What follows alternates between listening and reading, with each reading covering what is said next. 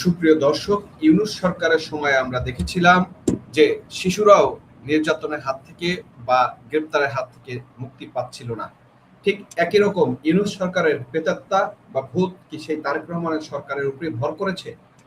কক্সবাজারে ৬ বছরের শিশু এবং ৭৫ বছরের বৃদ্ধা এখন কারাগারে। তবে কি দেশটা এখন মগের মূল্যকে পরিণত হয়েছে? আবার উখিয়ার আওয়ামী লীগ নেতা পরিবারের মধ্যরাতে তাণ্ডব, মাইরা মনির কান্নায় কি কাঁপছে না বিবেক? শিশু আইন ও মানবাধিকারের কবর রচনা করল তারেক ইউনূসের প্রশাসন। সুশীল সমাজ এবং আতেল শিক্ষকদের নিরাপত্তা কেন? আইনের শাসন নাকি রাজনৈতিক প্রতিহিংসার নগ্ন প্রকাশ? দর্শক, গতকাল উখিয়া থেকে আসা একটি খবর শুনে পুরো দেশের মানুষের বুক কেঁপে উঠেছে। আইনের শাসন আর মানবাধিকার এই শব্দগুলো যখন কেবল কাগজে দলিলে সীমাবদ্ধ থাকে, তখন ৬ বছরের শিশুর শৈশব অন্ধকার কুটিতে বন্দী হয়। কক্সবাজারে উখিয়া যা ঘটেছে তা কেবল নজিরবিহীন নয়, এটি একটি রাষ্ট্রের নৈতিক দেউলিয়াত্বের চরম বহিঃপ্রকাশ।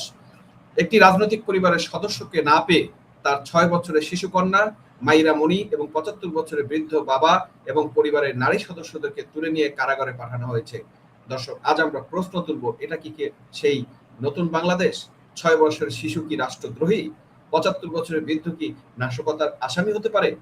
আজ আমরা প্রশাসনের এই অমানবিকতার বিচার করব জনমতের আদালতে। ভিডিওটি শেষ পর্যন্ত দেখুন এবং নিজের বিবেককে প্রশ্ন করুন। দর্শক, আপনারা স্ক্রিনে দেখছেন সেই শিশুটিকে নিয়ে যাচ্ছে আদালতে এবং বন্দি করে নিয়ে যাচ্ছে দুই নারী এবং সেই বিরুদ্ধ সহ। মানে এটা আসলে কত চরম অমানবিকতা। আজকে যারা বলতো আসমান কাঁপে, এই যে ৫ই আগস্টের সময় কত কত সুশীল, কত শিক্ষক বের হয়ে আসছিল মানবাধিকতার ফেরিয়ালা হিসাবে, যে আসমান কাঁপে, এই বাংলাদেশ তার বাংলাদেশ না, অনেক গল্প অনেক কিছু আমরা কিন্তু শুনেছিলাম। কিন্তু আজকে আমরা কি দেখছি? ১৪ই এপ্রিলের সেই মধ্যরাত যখন পুরো দেশ ঘুমিয়ে আচ্ছন্ন, তখন উখিয়া ইউনিয়নে আওয়ামী লীগের সভাপতি সালাউদ্দিন আমাদের বাড়িতে হানা দেয় পুলিশ। তাদের টার্গেট ছিল সালাউদ্দিন, কিন্তু তাকে না পেয়ে তারা তাণ্ডব চালায়। তা কোনো সভ্য দেশের পুলিশ করতে পারে কিনা সেই প্রশ্ন আপনাদের কাছে আমরা রেখে গেলাম। সালাউদ্দিনের বাবা ৭৫ বছর বৃদ্ধ জাফর আলম, যিনি ঠিকমতো নাড়াচাড়া করতে পারেন না, তাকে টেনে হিচড়ে ভ্যানে তোলা হলো। সালাউদ্দিনের ভাতিজি ৬ বছরের নিষ্পাপ শিশু মাইরা মনি, যার হাতে থাকার কথা ছিল রঙের পেন্সিল, তাকে পাঠানো হলো গারদে। সাথে নেওয়া হলো তার ভাই মিজানের স্ত্রী ফারজানা হাকিম নিথর এবং রোজিনা আক্তারকে। একটি মানুষের রাজনৈতিক পরিচয়ের অপরাধে তার পুরো পরিবারকে জিম্মি করা, এটি কি কোনো রাজনৈতিক পরিচয়ের, এটি কি কোনো ধরনের ইনসাফ, বা তারা যে ইনসাফের কথা বলে বা যে ন্যায়ের কথা বলে, এটা কি সেটা হতে পারে? দর্শক, আপনাদের কাছে আমার প্রশ্ন রইল, তারেক রহমানের সরকারের অধীনে যখন শান্তি নিরাপত্তার বুলি আওড়ানো হচ্ছে, তখন মাঠ পর্যায়ে এই ধরনের মব জাস্টিস কার ইশারায় হচ্ছে? এই ধরনের অমানবিকতা কাদের ইশারায় হচ্ছে?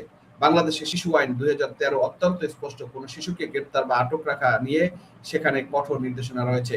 একটি ৬ বছরের শিশুকে প্রাপ্তবয়স্কদের সাথে বা আলাদাভাবে কোনো কারাগারে পাঠানো যায় না। তাকে থানায় বা শ্রীঘরে রাখা আইনত দণ্ডনীয় অপরাধ। অথচ এই মাইরা মনির ক্ষেত্রে এই আইনি সুরক্ষার অন্যতম তোয়াক্কা করা হয়নি, ন্যূনতম তোয়াক্কা করা হয়নি। পুলিশ এবং সংশ্লিষ্ট ম্যাজিস্ট্রেট কোন যুক্তিতে একটি ৬ বছরের শিশুকে কারাগারে পাঠালেন, সেই প্রশ্ন আপনাদের বিবেকের কাছে আমি রেখে যাচ্ছি। সেই বিচারক কি নিজের সন্তান নেই? মাইরা মনি এখন কারা ফটকের চাবির শব্দে আটকে উঠছে। এই যে মানসিক ট্রমা, এই যে ভয়ঙ্কর স্মৃতি, এটি কি শিশুর শৈশবকে চিরকালের পঙ্গু করে দেবে না? মানবাধিকারের এই চরম লঙ্ঘনের দায় কার? পুলিশ কি এখন কেবল বিরোধীদের দমনের হাতিয়ারে পরিণত হয়েছে? আজ আমার খুব জানতে ইচ্ছে করে, কোথায় গেল সেই প্রতিবাদী সুশীল সমাজ? কোথায় গেল সেই সব শিক্ষক আর বুদ্ধিজীবী যাদের কথায় একসময় আকাশ বাতাল কাঁপত? আজ যখন ৬ বছরের শিশু কারাগারে ঢুকছে, তখন আপনাদের আসমান কাঁপছে না কেন? কেন বিশ্ববিদ্যালয়ের শিক্ষক আজ মানবাধিকার নিয়ে রাজপথে দাঁড়াচ্ছে না? কেন মানবাধিকার সংগঠনগুলো আজ কেবল প্রেস রিলিজের মাধ্যমে সীমাবদ্ধ? আপনাদের বিবেক কি কেবল বিশেষ কোনো দলের জন্য সংরক্ষিত? যদি আজ অন্য কোনো রাজনৈতিক দলের শিশুর সাথে এমন হতো, তবে কি আপনারা চুপ থাকতেন? এই ভণ্ডামি বন্ধ করুন।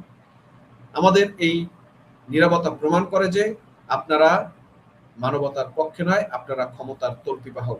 শুধু শিশু নয়, ৭৫ বছরের ৮০ পর বৃদ্ধ এবং জাফর আলমও রেহাই পাননি।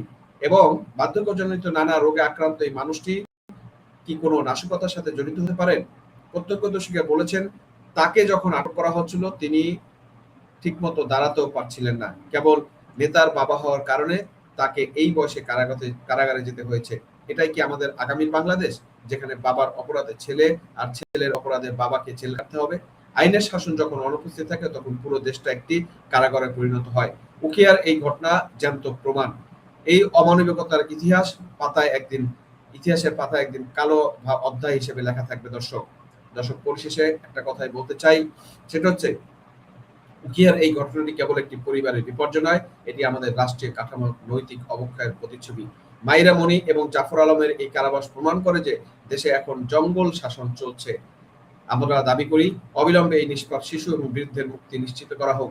যারা এই অমানবিক নির্দেশের সাথে যুক্ত সেই পুলিশ কর্মকর্তা, সংশ্লিষ্ট বিচার বিভাগীয় বিচারক বা ব্যক্তিদের জবাবদিহিতার আওতায় আনা হোক, নয়তো ইতিহাসের পুনরাবৃত্তি থেকে কেউ রেহাই পাবে না।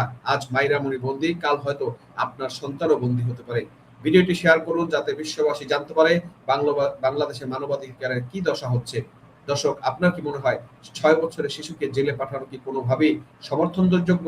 কমেন্টে আপনার ক্ষোভ প্রকাশ করুন।